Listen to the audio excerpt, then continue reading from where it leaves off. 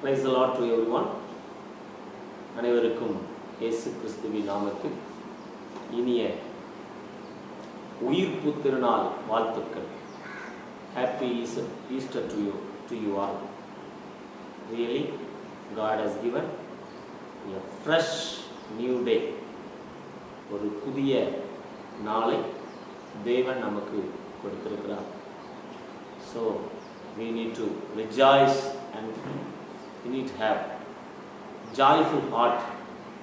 நாம் மிக்க சந்தோஷம் அடையவும் மகிழ்ச்சி அடையவும் வேண்டிய ஒரு நாள். சரித்திரத்தை திருப்பி போட்ட ஒரு நாள். இயேசு உயிர்த்தெழுந்தார். அவர் சொன்னபடியே உயிர்த்தெழுந்தார். அவர் அங்கே இல்லை, அவர் உயிர்த்தெழுந்தார் என்று சொல்லி வேதம் சொல்கிறது. கல்லறையில் இல்லை, அவர் உயிரோடு இன்றும் இருக்கிறார் என்பதே வேதம் சொல்லுகிற தெளிவான சத்தியம். இந்த நாளிலும் கூட ஒரு சிறு ஜெபம் செய்து நாம் இந்த ஆராதனையை நாம் ஆரம்பம் செய்யலாம். ஜெபம் செய்வோம். மகா பரிசுத்தமும் இரக்கமும் உள்ள தேவனாகிய கர்த்தாவே, இதே போல ஒரு நாளிலே நீர் எங்களுக்காக மரித்து உயிர் தெழுந்தீர் என்று சொல்லி வேதம் சொல்லுகிறது. நீர் உயிர் தெழுந்ததினாலே எங்களுக்கு பாவ மன்னிப்பும் மரணத்தின் மேல் அதிகாரமும் ஜெயமும் உண்டாயிருக்கிறது. ஆண்டவரே, நீர் ஒரு மனிதன் அல்ல, நீர் உயிர்த்த தெய்வம். இன்றும் நீர் எங்களோடு கூட வாசமாய் இருக்கிறீரையா. இந்த நாளுக்காக உமக்கு நன்றி செலுத்துகிறோம். ஆண்டவரே, உலகமெங்கும் உள்ள திருச்சபை ஆண்டவரே ஒன்றாக கூடி வர முடியாவிட்டாலும் இந்த சமூக வலைதளங்கள் மூலமாக நாங்கள் உம்மை ஆராதிப்பதற்கு கர்த்தர் நீர் எங்களுக்கு கொடுத்த நல்ல வாய்ப்புக்காக உமக்கு நன்றி அப்பா. இந்த நாளை நீர் எங்களுக்கு ஆசீர்வதித்து தாரும். உம்மோடு கூட இணைந்து உம்மை மகிமைப்படுத்த, உம்மை துதிக்க, உம்மை ஸ்தோத்திரிக்க கர்த்தர் நீர் எங்களுக்கு கிருபை தாரும். உம்முடைய சமூகத்தில் எங்களை ஒப்புக் கொடுக்கிறோம். இயேசு கிறிஸ்துவின் மூலம் வேண்டிக் கொள்கிறோம் பிதாவே, ஆமென். இப்போது ஒரு சிறு பாடல், சில பாடல்கள் பாடி தேவனுடைய நாமத்தை மகிமைப்படுத்துவோம். உயிர்த்தெழுந்தாரே அல்லேலூயா, ஜெயித்தெழுந்தாரே என்ற பாடலை நாம் பாடலாம்.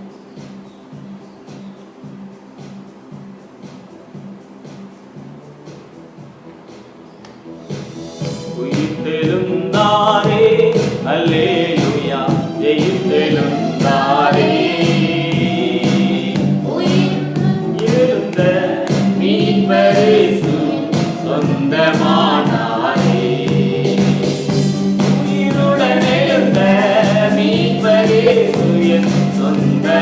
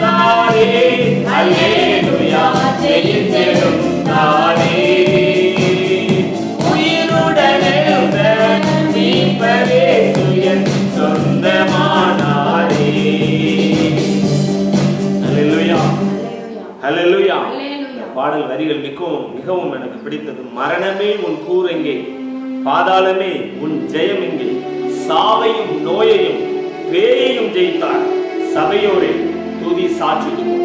இந்த நாட்களிலே உலகமெங்கும் மரண செய்திகள், துக்க செய்திகளை நாம் கேட்கிறோம். ஆனால் நமக்கு ஒரு நம்பிக்கை உண்டு. அந்த நம்பிக்கை என்னவென்றால், இயேசு சிலுவையிலே சாவையும் நோயையும் பேயையும் ஜெயித்தார். சாவையும் நோயையும் பேயையும் செய்த இயேசுவின் நாமத்துல உங்கள் அனைவருக்கும் இனிய உயிர்ப்பு திருநாள் வாழ்த்துக்களை தெரிவித்துக் கொள்வதில் மிக்க சந்தோஷம் அடைகிறோம். திரும்ப இந்த பாடலை பாடுவோம்.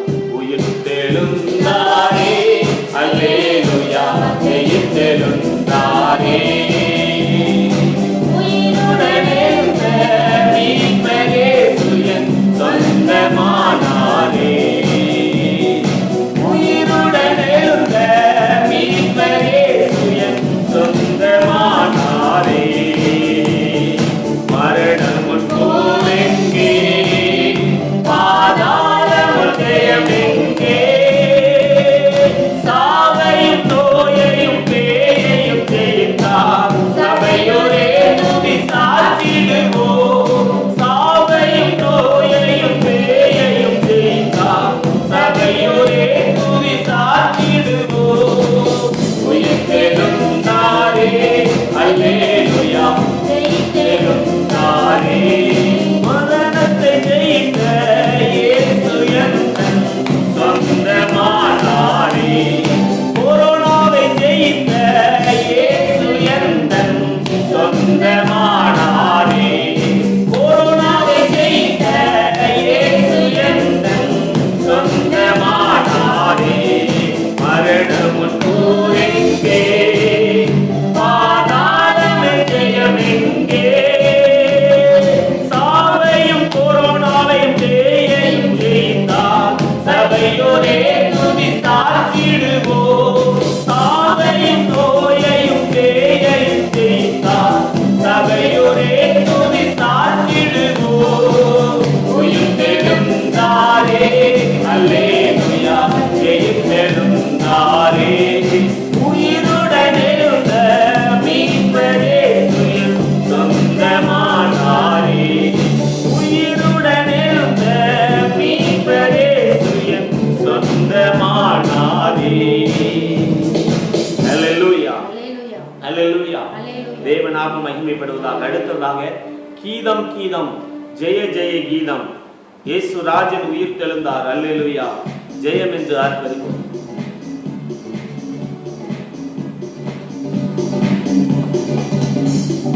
கீதம் கீதம் ஜெய ஜெய கீதம், கை கொட்டி பாடிடுவோம். இயேசு ராஜன் உயிர்த்தெழுந்தார், அல்லேலூயா, ஜெயம் என்று ஆர்ப்பரிப்போம். இயேசு ராஜன் உயிர்த்தெழுந்தார், அல்லேலூயா, ஜெயம் என்று ஆர்ப்பரிப்போம். பாரது கல்லறை மூடின பெருங்கள் புரண்டோடுது வா, அங்கு போட்ட முத்திரை காவல் நிற்குமோ தேவபுத்திர சந்நிதி முன், அங்கு போட்ட முத்திரை காவல் நிற்குமோ தேவபுத்திர சந்நிதி முன்.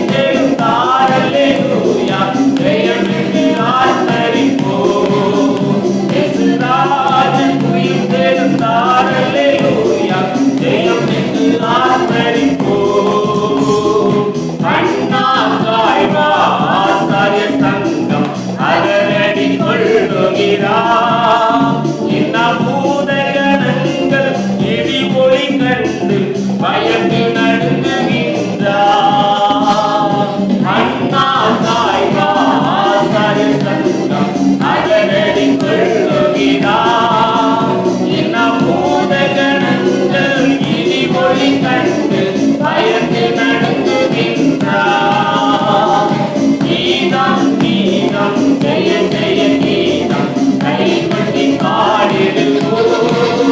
இயேசுராஜன் உயிர்த்தெழுந்தார் அல்லேலூயா ஜெயமென்று ஆர்ப்பரிப்போம்.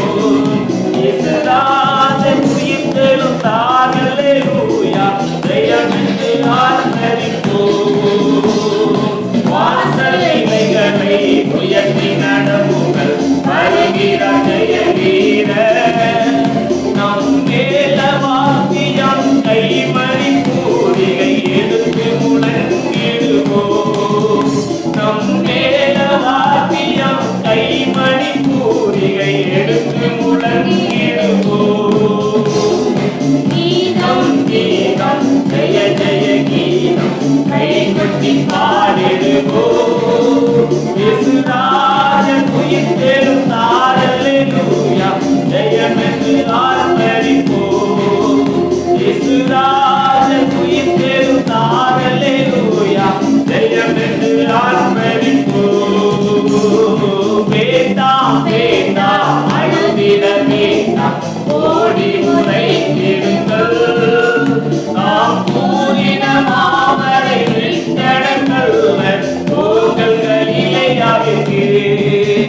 நாம் கூறின மாமரை விட்டடங்கள் உங்கள் கலிலேயாவிற்கு. அல்லேலூயா.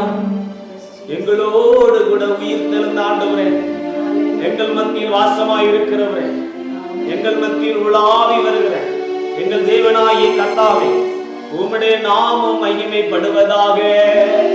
நீர் உயர்த்தப்படுவீராக. என்னொரு பாடல் பாடுவோம். உயிரோடு எழுந்தவரே உம்மை ஆராதனை செய்கிறோம். ஜீவனின் அதிபதியே உம்மை ஆராதனை செய்கிறோம். இந்த பாடலை நாம் பாடுவோம்.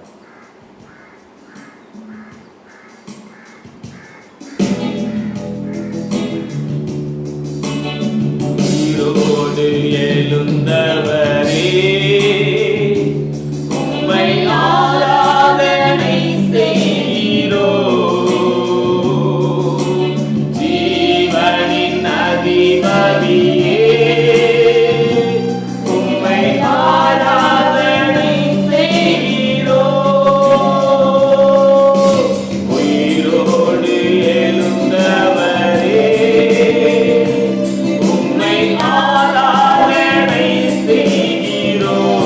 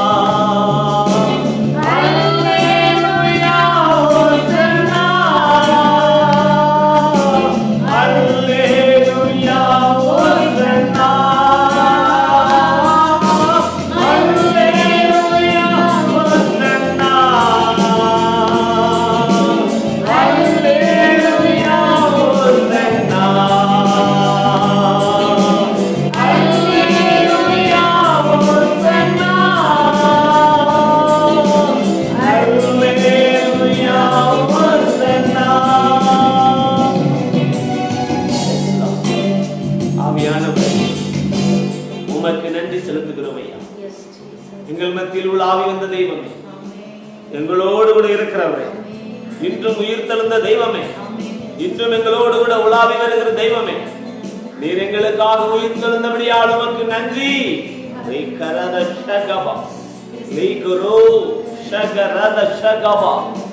ஆவியானவரே, உம்முடைய நாமத்தை மகிமைப்படுத்துகிறோம், உம்மை மேன்மைப்படுத்துகிறோம், உம்மை துதிக்கிறோம், உம்மை ஸ்தோத்திரிக்கிறோம், உம்மை ஆராதிக்கிறோம். நீர் உயர்த்தப்படுவீராக. உம்முடைய சமூகத்தில் எங்களை ஒப்புக் கொடுக்கிறோம். இயேசு கிறிஸ்துவின் மூலம் வேண்டிக் கொள்கிறோம் பிதாவே. ஆமென், ஆமென்.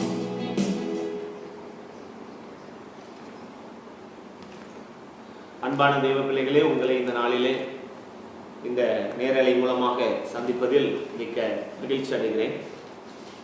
வேதத்திலிருந்து ஒரு காரியத்தை நாம் சுருக்கமாக நாம் தியானிக்கலாம். ஆமோஸ் 5ஆம் அதிகாரம் 6ஆம் வசனத்தினுடைய முன்பாகத்தை நாம் வாசிக்கலாம்.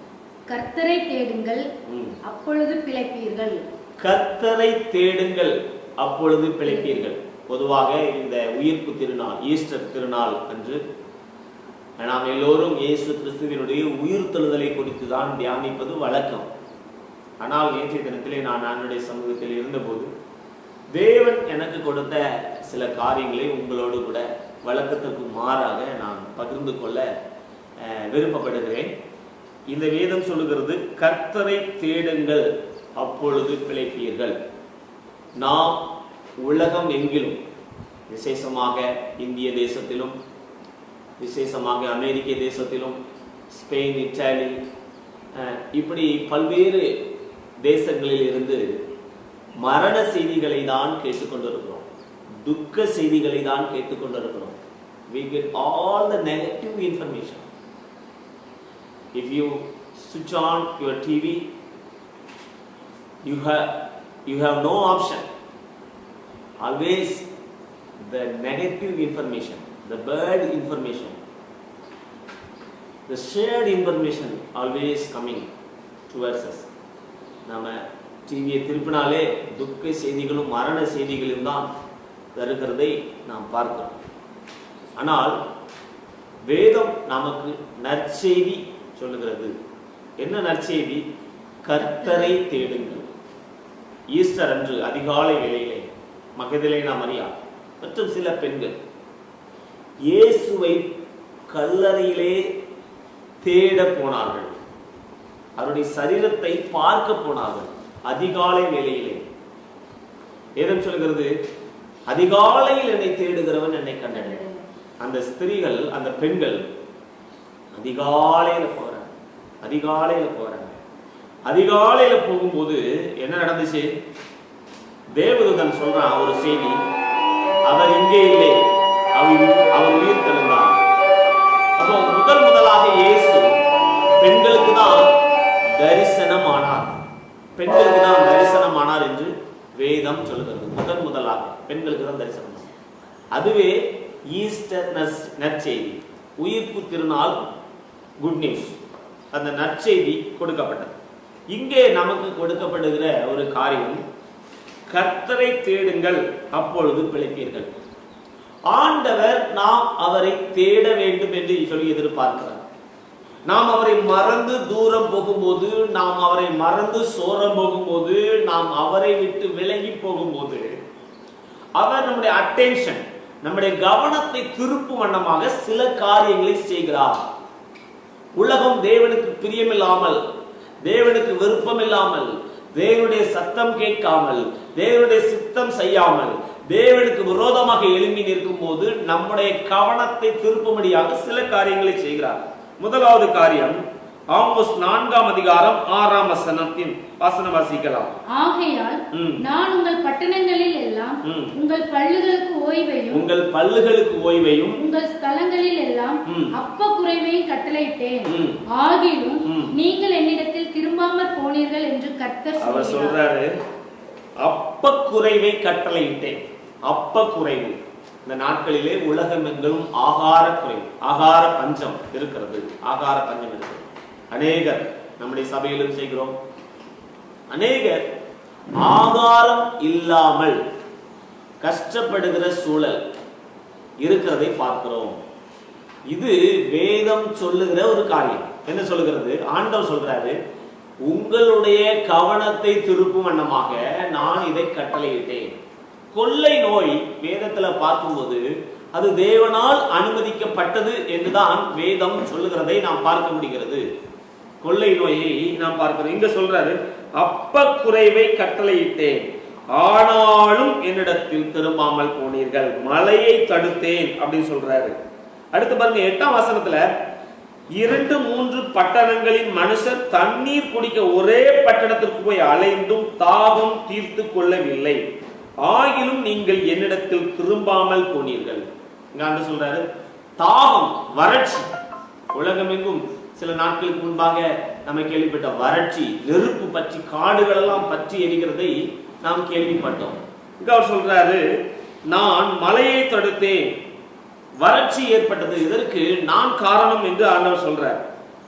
அடுத்து பாருங்க 9ஆம் வசனத்துல படிக்கிறோம், விவசாய சேதம், கருக்காயினாலும் விஷப்பணியினாலும் உங்களை தண்டித்தேன், உங்கள் சோலைகளிலும் திராட்சை தோட்டங்களிலும் அத்தி மரங்களிலும் ஒலிவ மரங்களிலும் மிகுதியானதை பச்சை புழு அரித்து போட்டது, ஆகிலும் என்னிடத்தில் திரும்பாமல் போனீர்கள் என்று கர்த்தர் சொல்கிறார். This is not good news, this is bad news என்று சொல்றார்.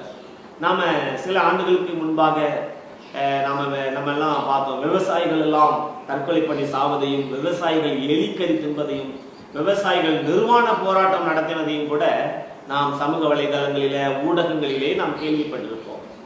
இதை ஏன் ஆண்டவர் அனுமதிக்கிறார் என்றால், அவரிடத்தில் நாம் திரும்ப வேண்டும். To get our attention, God is doing these things. நீங்க கேட்கலாம், கடவுள் எப்படி இதெல்லாம் செய்யலாம், கடவுள் எப்படி இதெல்லாம் செய்யலாம் அப்படின்னு நீங்க கேட்கலாம். ஆனால் God is doing these things. கடவுள் இதை செய்கிறார். அடுத்து பாருங்க 10ஆம் வசனம், எகிப்திலே உண்டானதற்கு ஒத்த கொள்ளை நோயை உங்களுக்குள் அனுப்பினேன். கொள்ளை நோய், கொரோனா கொரோனா கொரோனா கொரோனா என்று சொல்லி எங்க பார்த்தாலும் கேட்கும். கடவுளுக்கு பயப்படாதவங்க கொரோனாவுக்கு பயப்படாது. அப்படி ஒரு சூழல் இங்கு நடக்கிறது.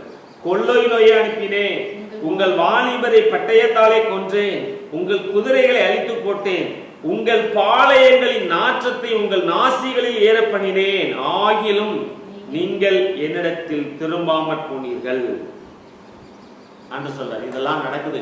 இதெல்லாம் ஏன் நடக்குது தெரியுமா? கொள்ளை நோய், பஞ்சம், வறட்சி, ஆகார குறைவு, அப்ப குறைவு, வியாதி, வறுமை இந்த உலகிலே காணப்படுவதற்கு காரணம் என்னன்னா, அந்த வசனம் சொல்லுது பின்பாக 12ஆம் வசனத்தினுடைய பின்பாகம், உன் தேவனை சந்திக்கும்படி ஆயத்தப்படு. Prepare to meet your God. Prepare to meet your God. ஆண்டவர் இதை அனுப்புகிறார், ஆண்டவர் இதை அனுமதிக்கிறார். ஏன்? We need to turn our attention towards him. நம்முடைய கவனத்தை அவர் பக்கமாய் திருப்ப வேண்டும் என்று அவர் விரும்புகிறார். உலகமெங்கும் கொள்ளை நோய், உலகமெங்கும் பஞ்சம், உலகமெங்கும் வறட்சி, இப்படி ஒவ்வொரு செய்தியும் மாறி மாறி இயற்கைக்கு அப்பாற்பட்ட விதத்திலே கேள்விப்படுகிறோம். இப்படி கேள்விப்படும் போது என்ன செய்ய வேண்டும்? நாம் அந்த தெய்வத்தை தேட திரும்ப வேண்டும். அப்படி நீங்கள் திரும்புவீர்களே ஆனால் இந்த காரியங்கள் நிறுத்தப்படும், இந்த காரியங்கள் நிறுத்தப்படும். கர்த்தரை தேடுங்கள், அப்பொழுது பிழைப்பீர்கள். நீங்கள் பிழைக்க வேண்டும், நீங்கள் பாதுகாப்பா இருக்க வேண்டும், நீங்கள் பாதுகாக்கப்பட வேண்டும். இந்த கொள்ளை நோய் நிறுத்தப்பட வேண்டும் என்றால் கர்த்தரிடத்தில் திரும்ப வேண்டும். God needs our repentance, not our prayer. இப்போ எல்லா இடங்களிலும் பார்க்கிறோம், prayers are everywhere, everybody are praying, everybody are praying. எல்லாரும் பிரேயர் பண்றாங்க, ஜெபம் பண்றாங்க. News channels, WhatsApp group, Facebook groups, in house group, everywhere people are started to pray. Prayer நல்லது, ஜெபம் நல்லது, ஜெபிப்பது தவறு இல்லை. ஆனால் ரிப்பண்டன்ஸ், மனம் திரும்புதல் இல்லாத ஜெபத்தை தேவன் ஏற்றுக்கொள்ளார். வேதம் சொல்லுகிறது, துன்மார்க்கரின் ஜெபத்தை கர்த்தர் அருவருக்கிறார், கர்த்தர் அருவருக்கிறார். வேதத்தை கேளாதவனுடைய ஜெபமும் அவருக்கு அருவருப்பான. வேதத்தை கேளாதவருடைய ஜெபம் அவருக்கு அருவருப்பான. அப்போ முதல்ல நீங்க என்ன செய்யணும்? நீங்களும் நானும் என்ன செய்யணும்? நீங்கன்னு சொல்லக்கூடாது. நீங்களும் நானும் என்ன செய்யணும்னா, we need to turn to our God. We need to turn. We need to make you turn. திரும்ப வேண்டும். என்னிடத்தில் திரும்புங்கள் என்று சொல்கிறார். என்னிடத்தில் திரும்புங்கள் என்று சொல்கிறார். அப்பொழுதுதான் அவர் நம்மில் பிரியமாய் இருப்பார். ஆமோஸ் 5ஆம் அதிகாரம் 21ஆம் வசனம். உங்கள் பண்டிகைகளை பகைத்து வெறுக்கிறேன், உங்கள் ஆசரிப்பு நாட்களில் எனக்கு பாருங்க, ஆசரிப்பு நாட்கள் எல்லாம் முடங்கி போச்சு. குட் ஃப்ரைடே சர்வீஸ் முடங்கி போச்சு, ஈஸ்டர் சர்வீஸ் முடங்கி போச்சு. உங்களுடைய ஆசரிப்புகளில் எனக்கு பிரியம் இல்லை அப்படின்னு சொல்றார். அப்போ ஆண்டவர் God is trying to tell something to turn towards to him. அவரிடத்தில் திரும்ப வேண்டும் என்று he is expecting. அவர் விரும்புகிறார். உங்கள் ஆசரிப்புகள், உங்கள் பண்டிகைகளை பகைத்து வெறுக்கிறேன். பொதுவா ஈஸ்டர் பண்டிகை எல்லாம் கொண்டாடுறதை பார்க்கும்போது nominal Christians what they do, அந்த காலையிலே ஆராதனை முடிச்சுட்டு நல்லா மட்டன் சிக்கன் ஆக்கி சாப்பிட்டு குடி கும்மாளமா இருக்கிற சூழல் தான் நம்ம பார்க்கணும். ஆனா அன்னைக்கு பாருங்க, உங்கள் பண்டிகைகளை வெறுக்கிறேன். அடுத்து பாருங்க 22ஆம் வசனம் வாசிக்கலாம். உங்கள் தகன பலிகளையும் போஜன பலிகளையும் எனக்கு படைத்தாலும் நான் அங்கீகரிக்க மாட்டேன். கொழுமையான உங்கள் மிருகங்களின் ஸ்தோத்திர பலிகளையும் நான் நோக்கி பார்க்க மாட்டேன். 23. உன் பாட்டுகளின் இரைச்சலை என்னை விட்டு அகற்று, உன் வீணைகளின் ஓசையை நான் பாட்டுகளின் இரைச்சலை என்னை விட்டு அகற்று. நீ பாடுறப்பா, நீ you are using music instruments, many music instruments you are using. அநேக இசைகளோடு இப்போலாம் நிறைய இசை உலகம் மிகவும் டெவலப் ஆயிடுச்சு. நிறைய பேர் பாடுறாங்க, நிறைய நல்ல நல்ல கருத்துள்ள பாடல்கள் வருகிறது. ஆனால் God is saying something different. Our something different he is saying. அவர் என்ன சொல்றாரு? உன் பாட்டுகளின் இரைச்சலை என்னை விட்டு அகற்று. அது இரைச்சலா இருக்குதுப்பா. உன் வீணைகளின் ஓசைகளை நான் கேட்க மாட்டேன். அது அவருக்கு இறைச்சலா இருக்காது, அவருக்கு அருவருப்பா இருக்கு. ஏன் அருவருப்பா இருக்கு? இசையில் பிரியப்படுகிறவர் அவர். இந்த ஜனங்களை எனக்கென ஏற்படுத்தினேன், இவர்களின் துதியை சொல்லி வருவார்கள் என்றுதான் சொல்றாரு. ஆனா இப்ப சொல்றாரு, நீ பாடாத, நீ மியூசிக் இன்ஸ்ட்ருமெண்ட் வாசிக்காத, don't play your music instrument அப்படின்னு சொல்றாரு. அப்ப என்ன first thing is first. We need to do the first thing is first. முதலாவதான காரியத்தை முதலாவது நாம செய்யணும். முதலாவது செய்ய வேண்டிய காரியத்தை முதலாவது செய்யணும். என்ன முதலாவது செய்ய வேண்டிய காரியம்? மனம் திரும்பணும், அவரிடத்தில் திரும்பணும், அவரை தேடணும்.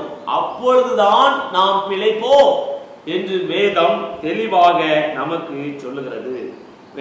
தெளிவாக நமக்கு சொல்லுகிறது. அப்போ மனம் திரும்பாமல் நீங்க எவ்வளவு ஜெபம் பண்ணாலும் பிரயோஜனம் இல்லை. எரேமியா 6ஆம் அதிகாரம் 29-30 வாசிக்கலாம். எரேமியா 6ஆம் அதிகாரம் 29-30 வசனங்கள். துருத்தி வெந்தது, ஈயம் நெருப்பினால் அழிந்தது, புடமிடுகிறவனுடைய பிரயாசம் விருதாவாய் போயிற்று, பொல்லாப்புகள் அற்று போகவில்லை, அவர்கள் தள்ளுபடியான வெள்ளி எனப்படுவார்கள், கர்த்தர் அவர்களை தள்ளிவிட்டார். பாருங்க, இங்க ஆண்டவர் சொல்றாரு, தள்ளுபடியான வெள்ளி எனப்படுவார்கள். தள்ளுபடியான வெள்ளி என்கிற ஒரு சூழல் நம்முடைய வாழ்க்கையில வரவே கூடாது, கண்டிப்பா வரக்கூடாது. இங்க ஆண்டவர் சொல்ற துருத்தி வந்தது. இப்போ ஈயத்தையோ அல்லது தங்கத்தையோ அல்லது ஒரு விலை உயர்ந்த உலோகங்களை சுத்திகரிக்கிறதுக்கு துருத்தின்னு சொல்லி ஒன்ன வச்சு அதை காற்றடித்து அதை அதுல இருந்து ஹீட் ப்ரொடியூஸ் பண்ணி செய்வாங்க. ஆனா அங்க என்ன சொல்லப்பட்டிருக்குன்னா, துருத்தியே வெந்து போச்சு.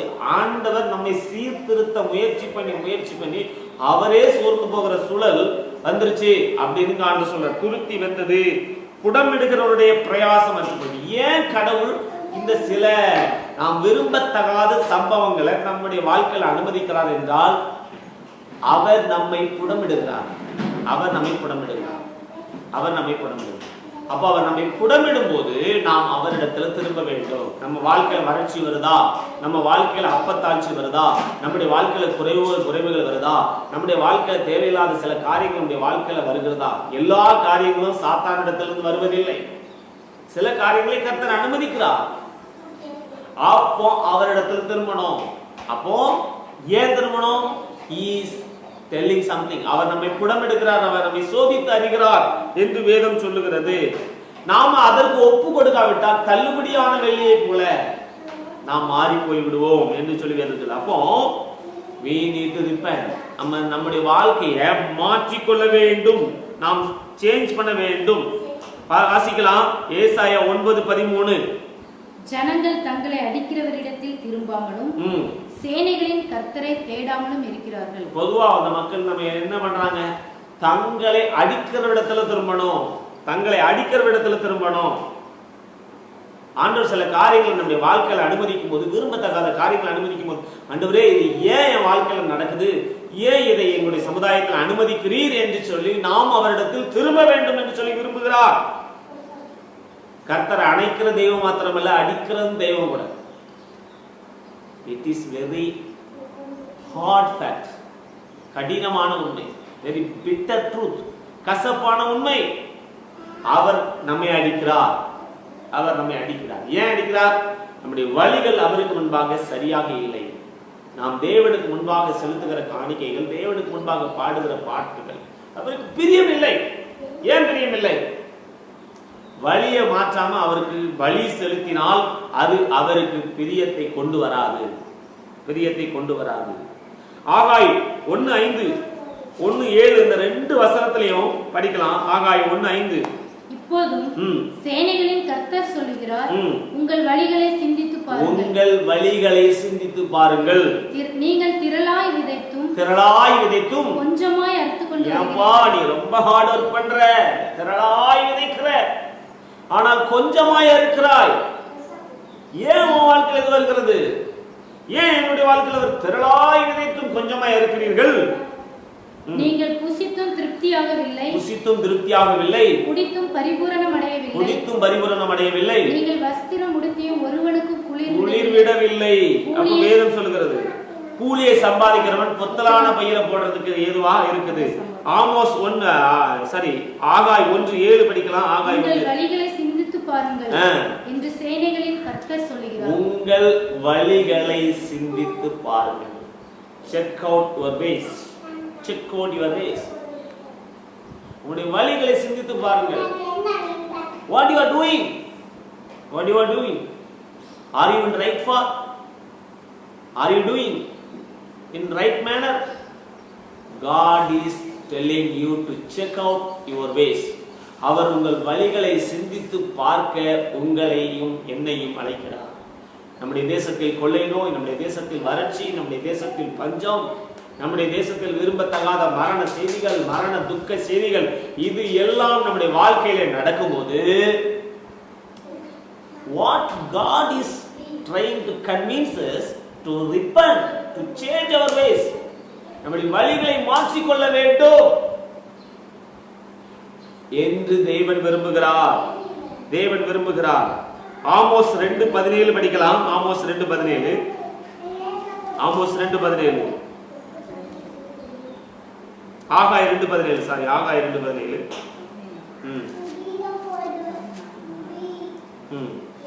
ஆகாய் 2:4 படிக்கலாம்.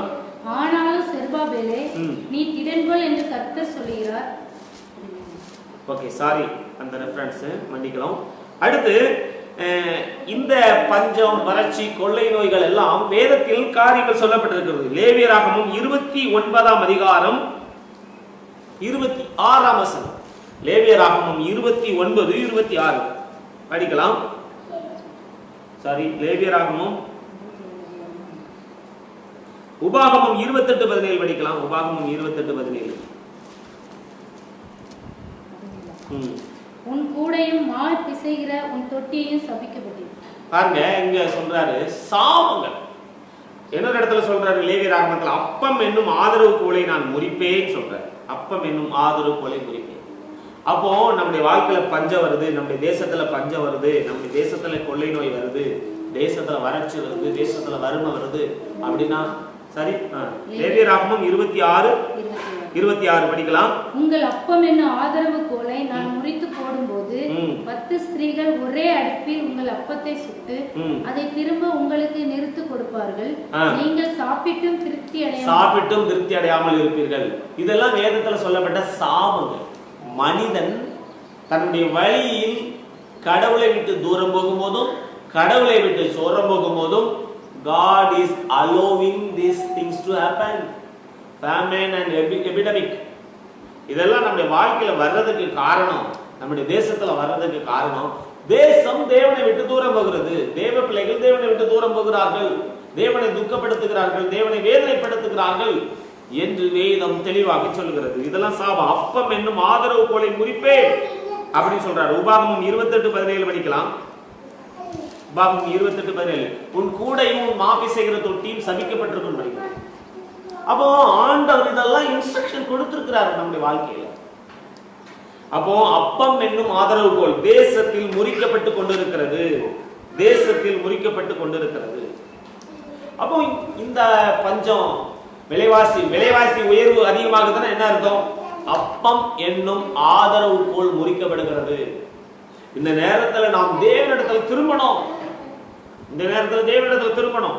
ஆனா பொதுவா மக்கள் என்ன பண்றாங்கன்னா, தேவன் சில சிக்ஷைகளை, சில உபத்திரவங்களை, சில பாடுகளை மனிதனுடைய வாழ்க்கையில் அனுமதிக்கும் போது பொதுவாக மக்கள் செய்கிற காரியம் என்னன்னா, வெளிப்படுத்தல் 16:10-12 ஐந்தாம் தூதன் தன் கலசத்தில் உள்ளதை மிருகத்தினுடைய சிங்காசனத்தின் மேல் ஊற்றினான்.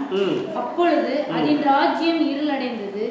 அவர்கள் வருத்தத்தினால் தங்கள் நாவுகளை கடித்துக் கொண்டு தங்கள் வருத்தங்களாலும் தங்கள் புண்களாலும் பரலோகத்தின் தேவனை தூசித்தார்களே அல்லாமல் தங்கள் கிரியைகளை விட்டு மனம் திரும்பவில்லை. பரலோகத்தின் இந்த காரியம்லாம் நடக்குது. வருத்தம் கொஞ்சம் பஞ்சதெல்லாம் வரும்போது பொதுவா மக்கள் என்ன பண்றாங்கன்னா, தேவனிடத்துல திரும்புவதில்லை, தேவனை தூசிக்கிறார்கள், தேவனை தூசிக்கிறார்கள். அந்த உபத்திரவத்தின் காலத்துல தேவனை நோக்கி தேடினா கர்த்தர் அதை நிறுத்துவார், கர்த்தர் அதை நிறுத்துவார். வெளிப்படுத்தல் 9:17-21 வெளிப்படுத்தல் 9:17-21 படிக்கலாம். வெளிப்படுத்தல் 9:17-21 அவைகளுக்கு ஒரு ராஜன் உண்டு. சரி, வாசிக்கலாம். 18 20 படிக்கலாம். 20 வசனம். அப்படி இருந்தும் அந்த வாதையினால் கொல்லப்படாத மற்ற மனுஷர்கள் பேய்களையும் பொன் வெள்ளி செம்பு கல் மரம் என்பவைகளால் செய்யப்பட்டவைகளாயும் காணவும் கேட்கவும் நடக்கவும் மாட்டாதவைகளாய் இருக்கிற விக்கிரகங்களை வணங்காதபடி தங்கள் கைகளின் கிரியைகளை விட்டு மனம் திரும்பவில்லை. அதாவது இதுக்கு முன்னால நிறைய ஆபத்து, நிறைய கொள்ளை நோய்கள் நடக்குது. ஆனா மக்கள் they don't want to change their ways. அதான் சொல்றது. பொதுவா they don't want to change. அவங்க மனம் திரும்பவில்லை, மாறாக அவர்கள் மாற்றுப்பாதையில் செல்கிறார்கள். ஆனா what should be our right attitude? இப்படி பாடுகள் வழியில, இந்த உபத்திரவத்தின் பாதையில, அப்ப குறைவுல, ஆகார தாழ்ச்சியில, பஞ்சத்தின் வாதையில நம்ம போகும்போது what should be our ways? தானியேல் 9:18 சொல்றாரு, ஜெபம் பண்றாரு. ஆண்டவரே, எங்கள் நீதிகளை அல்ல, உம்முடைய மிகுந்த இரக்கங்களை நம்பியே நாங்க வர்றோம், இரக்கங்களை நம்பியே நாங்க எங்களுடைய விண்ணப்பங்களை உமக்கு முன்பாக செலுத்துறோம்னு சொல்றேன். தானியேல், எங்களுடைய நீதிகள் அல்லப்பா, எங்களுடைய நீதிகளை அல்ல. தானியேல் 9:7 சொல்றாரு, நீதி உமக்கே உரியது, வெட்கம் எங்களுக்கு உரியது. அக்செப்டிங், அதை ஏற்றுக்கொள்ற. ஆண்டவரே, எங்களுடைய வாழ்க்கையில இந்த விதமான வாதைகள், இந்த விதமான பாடுகளை இந்த வாழ்க்கையில அனுமதிப்பதற்கு காரணம் நாங்கள் தான். நீதி உள்ளவர், எங்களுக்கு நேரிட பண்ணின எல்லாவற்றிலும் நீர் நீதி உள்ளவர் அப்படின்னு சொல்றார். எங்களுக்கு நேரிட பண்ணின எல்லாவற்றிலும் நீர் நீதி உள்ளவர், யூ ஆர் ரைட் அப்படின்னு சொல்லி சொல்ற. Right attitude. அப்ப நம்முடைய வாழ்க்கையில உபத்திரவங்கள் வரும்போது ஆண்டவரை நம்ம தேடணும். அப்போது நாம் பிழைப்போம்.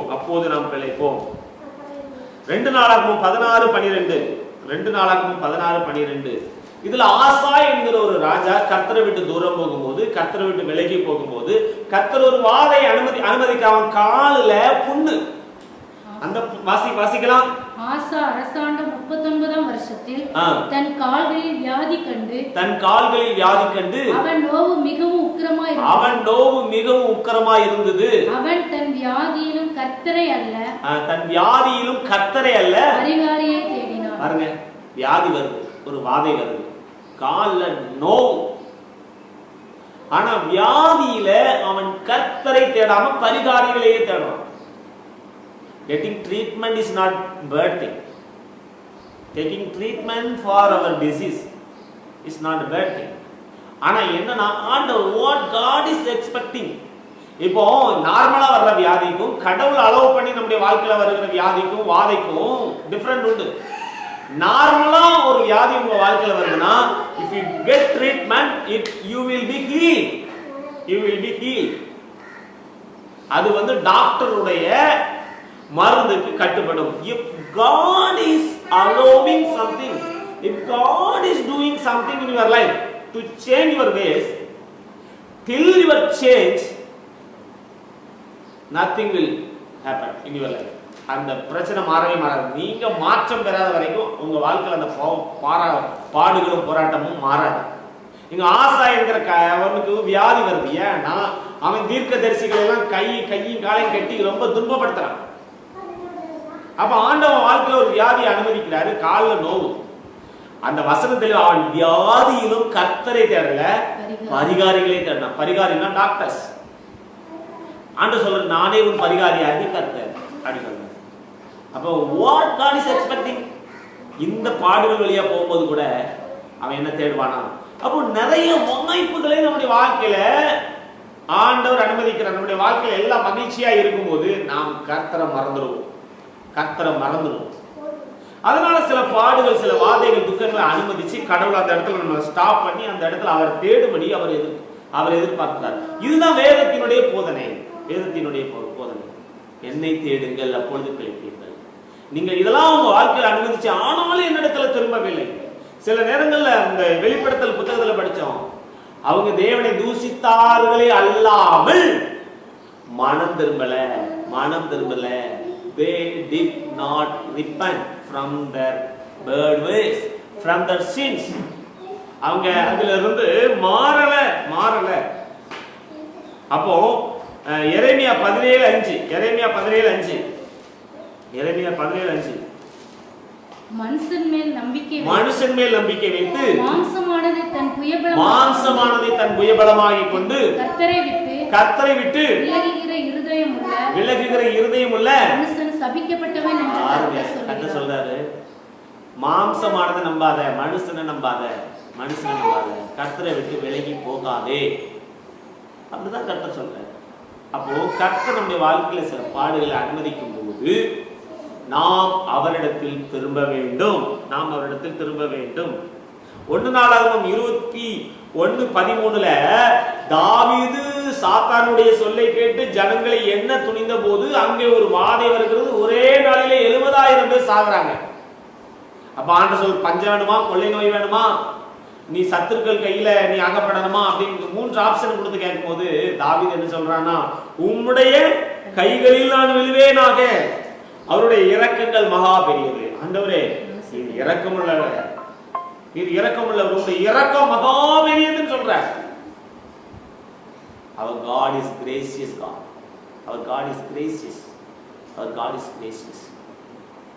அப்போ அவரிடத்துல தான் இரக்கத்தை அவருடைய இரக்கத்தை நம்பி தான் போகணும். ஆண்டவரே என்னுடைய நீதிகளை இல்ல, உங்களுடைய இரக்கத்தை நம்பியே நாம் போகிறோம். 1 நாளாகமம் 21:28 ஆண்டவர் சொல்றாரு, தாவீது பலி செலுத்துறான். ஆண்டவரே உங்களுடைய இரக்கம் பெருசு, உங்களுடைய கையிலே நான் விழுறேன்னு சொல்லும் போது தேவதூதர் உருவின பட்டயத்தோட நிற்கும் போது தேவதூதர் சொல்றாரு, வாசிக்கலாம். 1 நாளாகமம் 21:28 எபேசியனாகிய ஒர்னாயின் களத்திலே கர்த்தர் தனக்கு உத்தரவு அருளினதை 27 தேவதூதன் தன் பட்டயத்தை உரையிலே திரும்ப போட வேண்டும் என்று கர்த்தர் அவனுக்கு சொன்னார். ஆண்டவர் சொல்றாரு, உன் பட்டயத்தை உரையில போடு. தேவதூதன் பட்டயத்தால ஜனங்களை அந்த வாதையினால கொலை செய்ய நிற்கும் போது ஆண்டவர் அங்க சொல்றாரு, பட்டயத்தை உரையில போடுப்பா. எப்போ?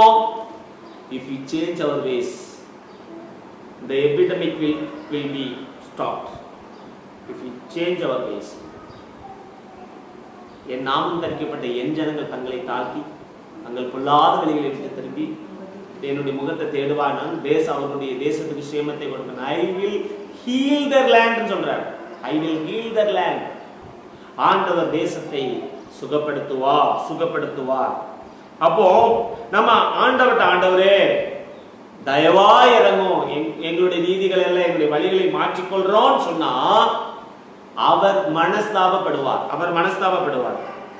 யோனா 3:10 யோனாவுல யோனா புத்தகத்துல முதல்ல சொல்ல 40 நாள்ல அந்த பட்டணம் அழிக்கப்பட்டுரும். அந்த நினிவே மக்கள் என்ன பண்ணாங்க? ரெட்டு உடுத்தி ஆடு மாடு முதற்கொண்டு எல்லாமே தண்ணி கூட குடிக்காம அங்க உபவாசம் பண்றாங்க. அப்ப என்ன சொல்லப்பட்டிருக்குன்னா, தேவன் மனஸ்தாபப்பட்டு அந்த பட்டணத்துக்கு செய்ய இருந்த தீங்கை செய்யாதிருந்தார் அப்படி சொல்லப்பட்டிருக்கு. நம்முடைய வழிகளை மாற்றினால் நம்முடைய வாழ்க்கையில் வருகிற வறட்சி, பஞ்சம், வாதை, கொள்ளை நோய், அப்பத்தாழ்ச்சி இதெல்லாம் ஸ்டாப் ஆகும். ஆமோஸ் 7:3 ஆமோஸ் ஜெபம் பண்றான். அப்ப ஆண்டவர் சொல்றாரு, மனஸ்தாபப்பட்டு அப்படி ஆவதில்லை.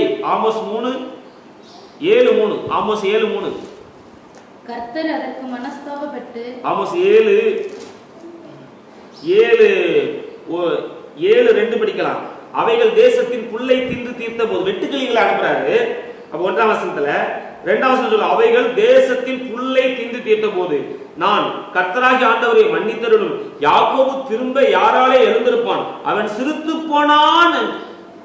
ஆமோஸ் போய் தேவசமத்தில், ஆண்டவரே நீ வெட்டுக்கிளிகள் எல்லாம் தேசத்துல அனுப்பிட்டீங்க, அந்த விளைச்சல் எல்லாம் அந்த வெட்டுக்கிளி தின்னு போட்டுருச்சு. இப்ப சமீபத்துல கூட எகிப்துல வெட்டுக்கிளிகள் படபடையா வந்ததை நம்ம நியூஸ்ல பார்த்தோம். இதெல்லாம் not an accident, it is supernatural intervention by God. அப்போ வெட்டுக்கிளிகள் தேசத்துல வரும்போது அவன் ஜெபம் பண்றான், ஆண்டவரே மன்னிங்கப்பா. அப்போ ஆண்டவர் சொல்றாரு, மனஸ்தாபப்பட்டு அப்படி ஆவதில்லை என்றார். அப்படி ஆவதில்லை. 5ஆம் வசனம், அப்பொழுது நான் கர்த்தராகிய ஆண்டவரை நிறுத்துமே பாருங்க. 4ஆம் வசனம், கர்த்தராகிய ஆண்டவர் எனக்கு காண்பித்ததாவது, இதோ அக்கினியாலே நியாயம் விசாரிப்பேன் என்று கர்த்தராகிய ஆண்டவர் ஏற்பட்டார். அது மகா ஆழியை பட்சித்தது, அதிலே ஒரு பங்கை பட்சித்து தீர்த்தது. பயங்கரமான ஒரு பிரச்சனை. அப்போ 5ஆம் வசனம் ஆமோஸ் ஜெபம் பண்றான், கர்த்தராகிய ஆண்டவரே நிறுத்துமே, யாக்கோபு திரும்ப யாராலே எழுந்திருப்பான், அவன் சிறுத்து போனான் என்றேன். கர்த்தர் அதற்கு மனஸ்தாபப்பட்டு என்ன சொல்றாரா, அப்படி ஆவதில்லை. அப்போ if we change our ways, God will change his ways.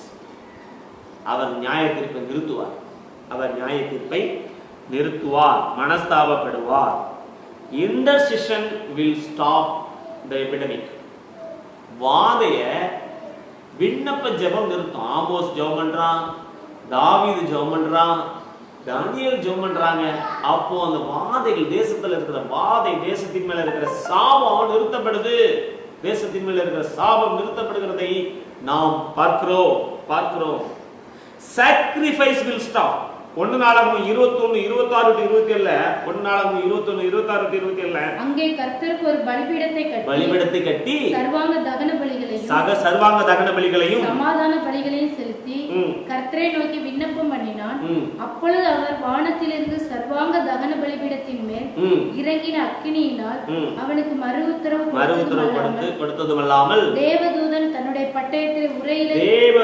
தன் பட்டயத்தை உரையிலே போடும்படி திரும்ப போட வேண்டும் என்று கர்த்தர் அவனுக்கு சொன்னார். தாவீது பலி செலுத்தினால் வாதை நிறுத்தப்படும். It is a biblical teaching. இந்த வாதை நிறுத்தப்படணும். தேசத்தின் மேல இருக்கிற கொள்ளை நோய் நிறுத்தப்படணும். தேசத்தின் மேல இருக்கிற பஞ்சம் நிறுத்தப்படணும். தேசத்தின் மேல இருக்கிற சாபம் நிறுத்தப்படணும். வறட்சி நிறுத்தப்படணும்னா if God has to heal the land, we need to sacrifice. என்னது? ஆடு மாடு கோழியை கொடுக்கிறதா? இல்ல. பைபிள் சொல்லுது, பைபிள்ல படிக்கிறோம், ரோமர் 12ஆம் அதிகாரம் 1ஆம் வசனம், ரோமர் 12:1. அப்படி இருக்க சகோதரரே, நீங்கள் உங்கள் சரீரங்களை தேவனுக்கு பிரியமான ஜீவ பலியாக ஒப்புக் கொடுக்க வேண்டும் என்று தேவனுடைய இரக்கங்களை முன்னிட்டு. உங்க பலி, அதாவது பலி செலுத்தினா உயிர் போயிடும். ஆனா இங்க ஆன் சொல்றாரு லிவிங் சாக்ரிஃபைஸ். அப்ப என்னன்னா, ஒரு பலி செலுத்துற மிருகம் பெர்ஃபெக்ட்டா இருக்கணும். அது எலும்பு முறிக்கப்படக்கூடாது. அது நிறைய இன்ஸ்ட்ரக்ஷன் இருக்குது. ஒரு பலி ஆண்டவர் செலுத்தணும்னா, ஒரு தகன பலி ஆண்டவர் செலுத்தணும்னா, there are lot of restriction and lot of rules and regulation in the Bible. ஆனா இந்த பைபிள்ல புதிய ஏற்பாட்டுல ஆண்டவர் என்ன சொல்றாரு, பலி செலுத்துகிற நீங்களே பலியா இருக்கணும், ஜீவ பலியா இருக்கணும். அப்போ உங்க வாழ்க்கை ரைட்டா இருந்துச்சுன்னா வாதை நிறுத்தப்படும், வாதை நிறுத்தப்படும், வாதை நிறுத்தப்படும். If there is no ஊழியக்காரங்களாம் வந்து ஜெபம் பண்றாங்க, ஆண்டவரே if we change, God is not going to stop this epidemic. இந்த வாதை ஆண்டவர் நிறுத்த போவது இல்லை. 14 எசேக்கியேல் 14:13-14 மனுபுத்திரனே ஒரு தேசம் எனக்கு விரோதமாய் துரோகம் பண்ணிக்கொண்டே இருந்து பாவம் செய்தால் நான் அதற்கு விரோதமாக என் கையை நீட்டி அதில் அப்பம் என்னும் ஆதரவு கோலை முறித்து அதில் பஞ்சத்தை அனுப்பி மனுஷரையும் மிருகங்களையும் அதில் இராதபடிக்கு நாசம் பண்ணுவேன். அப்பொழுது நோவா, தானியேல், யோபு ஆகிய இந்த மூன்று புருஷரும் அதன் நடுவில் இருந்தாலும் அவர்கள் தங்கள் நீதியினால் தங்கள் ஆத்துமாக்களை மாத்திரம் தப்புவிப்பார்கள். நோவா வந்து ஜெபம் பண்ணாலும் சரி, தானியேல் வந்து ஜெபம் பண்ணாலும் சரி, அடுத்து யோபு வந்து ஜெபம், நோவா தானியேல் வந்து ஆண்டவர் அடுத்து அவன் உத்தமன் தீமைக்கு விளங்குகிறான்.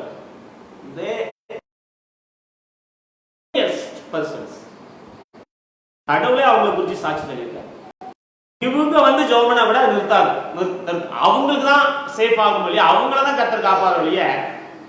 If there is no repentance, God is not going to stop the epidemic. அதை ஸ்டாப் பண்ண மாட்டார், போவதில்லை. அப்ப நீங்க நிறைய ஊழியக்காரங்களாம் டிவில தான் வந்து ஜெபம் பண்றாங்க, அழுது அழுது அழுது அழுது ஜெபம் பண்றாங்க. ஜெபம் பண்றது நல்லது. ஆனா என்னன்னா தேவ ஜனங்கள் இடத்துல, தேவ பிள்ளைகள் இடத்துல மனம் திரும்புதல் வராத பட்சத்துல எத்தனை பேர் வந்து ஜெபம் பண்ணாலும் ஜெபம் கேட்கப்படாது. அதுதான் வேதத்தினுடைய உண்மை. நோவா, தானியேல், யோபு. எரேமியா 15:1-3 சாரி எசேக்கியேல் 14:19-20 படிக்கலாம். திரும்பி இதே வசனம் சொல்லு. எசேக்கியேல் 14:19-20. அல்லது நான் அந்த தேசத்தில் கொள்ளை நோயை அனுப்பி அதிலுள்ள மனுஷரையும் மிருகங்களையும் நாசம் பண்ணும்படி அதின்மேல் இரத்த பலியாக என் உக்கிரத்தை ஊற்றும்போது நோவாவும் தானியேலும் யோபுவும் தங்கள் நீதியினால் தங்கள் ஆத்துமாக்களை தான் மாத்திரம் தப்புவிப்பார்களே அல்லாமல் குமாரனையாகிலும் தப்புவிக்க மாட்டார்கள் என்று முடியாது என்று சொல்லுங்க. அப்ப நம்ம என்ன சொல்லிக் கொடுக்கணும்? தேவ பிள்ளைகள் திருச்சபை என்ன செய்யணும்? has to repent, has to seek God, has to change the ways, then only this will stop. Whoever come and pray does not change the mind of God. அப்போ விண்ணப்ப ஜெபத்துக்கு வல்லமை இருக்குது. நீதிமான் செய்யும் ஊக்கமான வேண்டுதல் மிகுந்த பலன் உள்ளது. அதே நேரத்துல யாருக்காக அவன் ஜெபம் பண்றானோ அவன் மனம் திரும்பணும். அவன் மனம் திரும்பாத பட்சத்துல அவன் வாழ்க்கையில் இருக்கிற பாதிப்பு நிறுத்தப்பட போவது இல்லை. சோ அது வந்து இருபுறமும் கற்கொள்ளப்பட்டேன் அப்படின்னு சொல்லி வேற சொல்லுங்க. அப்போ எரேமியா 15:1-3 கர்த்தர் என்னை நோக்கி மோசேயும் சாமுவேலும் என் முகத்துக்கு முன்பாக நின்றாலும் என் மனம் இந்த ஜனங்கள் பச்சமாய் சாராது. இங்க ஆண்டு சொல்லு, கோபத்துல சொல்றாரு. யார் வந்து ஜெபம்னாலும் நான் கேட்க மாட்டேன். மோசே, சாமுவேல், கடவுள் 5 பேர் சொல்றாரு. நோவா, தானியேல், யோபு, மோசே, Samuel. They all are very good men of God, very effective men of God. They did lot of wonders and miracles and signs. They divided the sea. They parted the rivers. They did lot of miracles. Fire did not affect them. Ana what happened? if they pray also nothing is going to change. நான் என்ன சொல்றாரு, ஜனங்கள் தங்க வழியில மாத்தாட்டா நான் யார் ஜெபம் பண்ணாலும் கேட்க மாட்டேன், யார் ஜெபம் பண்ணாலும் கேட்க மாட்டேன். அப்போ dear church, dear children of God, what God is asking to us is repentance. தேவன் இந்த காலகட்டத்தில் மனம் திரும்புதலை நம்மிடத்தில் எதிர்பார்க்கிறார். கர்த்தரை தேடுங்கள் அப்பொழுது பிழைப்பீர்கள், கர்த்தரை தேடுங்கள் அப்பொழுது பிழைப்பீர்கள். அவர் ஜெபம் பண்ண சரியாயிரும், இவர் ஜெபம் பண்ண சரியாயிரும், அவங்க ஜெபம் பண்றாங்க, இவங்க ஜெபம் பண்றாங்க, அங்க நடக்குது இது நடக்குது. No no, you have to change your ways, you have to change your ways till you go, till the change take place from your life. Nothing is going to change from God. கடவுள் தந்து ஒரு காரியம் நடக்க போறதில்லை. உங்களுடைய வழிகளையும் என்னுடைய வழிகளையும் நாம் மாற்றிக்கொள்ளாவிடில் நம்முடைய வாழ்க்கையில கர்த்தர் பஞ்சங்களை அனுப்புகிறார், கொள்ளை நோயை அனுப்புகிறார், வாதை அனுப்புகிறார், வறட்சி அனுப்புகிறார், அப்பம் என்னும் ஆதரவு கொலை முறிக்கிறார். இது தெளிவா சொல்லுங்க. Scripture has very good information, very clear cut information. தேவ பிள்ளைகளே, நாம நம்முடைய வழிகளை மாற்றுவோம், நம்முடைய வழிகளை மாற்றுவோம். அவருடைய இரக்கத்தை நம்பி கெஞ்சுவோம். ஆண்டவரே, என்னுடைய நீதிகள் இல்லை, உங்களுடைய இரக்கத்தை நம்பி வரணும். நீ நீதி உள்ளவர். இந்த நேரத்தில் ஆண்டவரை குற்றச்சாட்டி கொண்டிருக்காம, இது ஏன் நடந்துச்சு, ஏன் கடவுள் இதை அனுப்பினார், ஏன் இதை அனுப்பினார், அவர் இரக்கம் உள்ளவரா இல்லையா, அவர் இப்படி இல்லையா அப்படி இல்லையா? No, let us bow down before him, let us ask his mercy, let us ask his mercy. ஆண்டவரே, அதுல ரெண்டு பேர் ஜெபம் பண்றதை பார்க்கணும். ஒரு பரிசேயன், ஒரு ஆயக்காரன். அவன் என்ன சொல்றான், பாவியாகிய வானத்துக்கு கூட தன் கண்களை இருக்குதையான பாவியாகி என் மேல் கிருபையாயிரும், have mercy upon me, have mercy upon me. நம்ம அவருடைய இரக்கத்தை தான் நமக்கு நீதி. அவர் நீதி உள்ளவர். அவர் நீதியின்படி செஞ்சா உலகமே தாங்காது, உலகமே தாங்காது. So we need to change. Ask God. Let us ask God, Lord, have mercy upon us. அப்பம் என்னும் ஆதரவுகள் முறிக்கப்பட்டுக் கொண்டிருக்கிறது. தேசமெங்கும் துக்க செய்தி, மரண செய்தி, வியாதியும் கொள்ளை நோயினால் ஜனங்கள் கொத்து கொத்தாய் மடிந்து கொண்டிருக்கிற செய்தி தேசத்துக்கு எங்கும் கேள்விப்பட்டுக் கொண்டிருக்கிறோம். இந்த ஈஸ்டர் நாள்ல அந்த பெண்கள் திருச்சபையில, ஆதி திருச்சபை பெண்கள், மகதலேனா மரியாதை சில பெண்களும் போய் அவரை தேடினாங்க. நாமும் அவரை தேடினா பிழைப்போம்.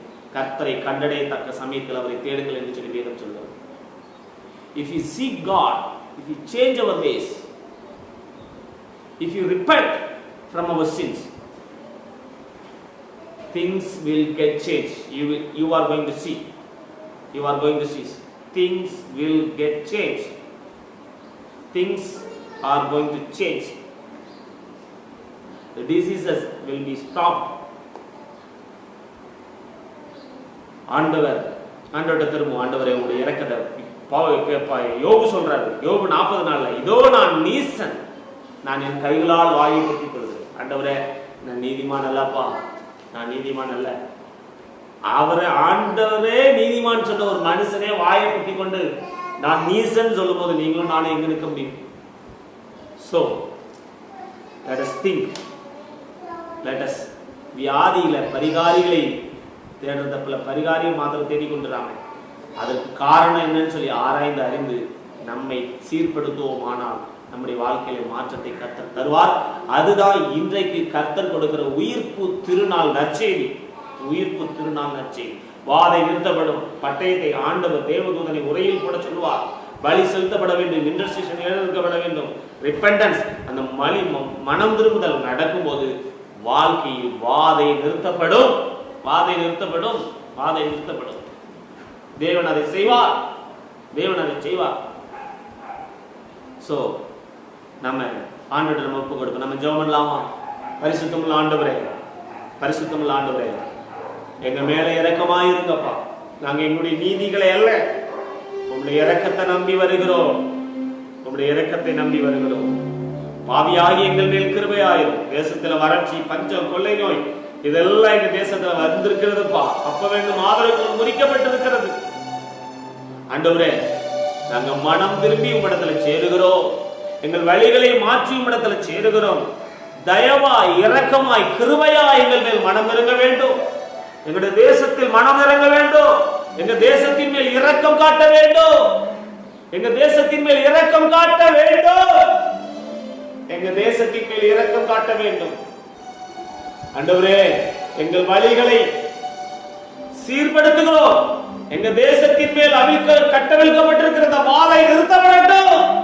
திருச்சபை தலைவர்களாக, விசுவாச பிள்ளைகளாக ஆண்டவரே, உம்முடைய வழிகளை விட்டு தூரம் போடும். உம்முடைய வழிகளை விட்டு சோரம் போடும். எங்க மேல கிருபையாயிருங்கப்பா. எங்க மேல கிருபையாயிருங்க. நீர் நீதி உள்ளவர் ஐயா. நீர் நீதி உள்ளவர். எங்களுக்கு நேரிடப்படின எல்லாவற்றிலும் நீர் நீதி உள்ளவர். உம்முடைய வேத பிரமாணங்களை விட்டு விலகினதினாலேதான் இந்த எல்லா திருச்சபைகளும் அடைக்கப்பட்டு இருக்கிறது ஐயா. தேவ பிள்ளைகள் கூடி வர முடியாத ஒரு சூழல், இந்த நிலைமை மாறுவதாக மனஸ்தாபப்படுங்கப்பா. ஆண்டவரே, நினிவே பட்டணத்து மக்கள் மனம் திரும்பின போது அந்த பட்டணத்துக்கு செய்யவிருந்த தீங்கை செய்யாதிருந்த கர்த்தாவே, உம்முடைய இரக்கத்தை நம்பி உம்முடைய சமூகத்தில் வருகிறோம். இரக்கத்தை நம்பி வருகிறோம். ஆண்டவரே, எங்க மேல இரக்கமாயிருங்க. எங்க மேல இரக்கமாயிருங்க. நாங்கள் பிழைக்கணும். எங்களுடைய தேசம் பிழைக்கணும். எங்களுடைய தேசத்தின் மேல் கட்டவிழ்க்கப்பட்டிருக்கிற, உலகமெங்கிலும் பல நாடுகளில் கட்டவிழ்க்கப்பட்டிருக்கிற இந்த வாதை நிறுத்தப்பட வேண்டும். உம்முடைய சமூகத்தில் நாங்கள் எங்களை ஒப்புக் கொடுக்கிறோம். ஆண்டவர் நீர் உதவி செய்கிறாங்க. ஆண்டவர் நீர் அற்புதம் செய்கிறாங்க. இயேசு கிறிஸ்துவின் மூலம் வேண்டிக் கொள்கிறோம் பிதாவே. ஆமென், ஆமென். ஒரு பாடல் பாடலாம். விண்ணப்பத்தை கேட்பவரே, கண்ணீரை காண்பவரே, சுகம் தருபவரே, ஸ்தோத்திரம் இயேசையா. விண்ணப்பத்தை கேட்பவரே, என் கண்ணீரை காண்பவரே, சுகம் தருபவரே, ஸ்தோத்திரம் இயேசையா. விண்ணப்பத்தை கேட்பவரே, என் கண்ணீரை காண்பவரே, சுகம் தருபவரே, ஸ்தோத்திரம் இயேசையா.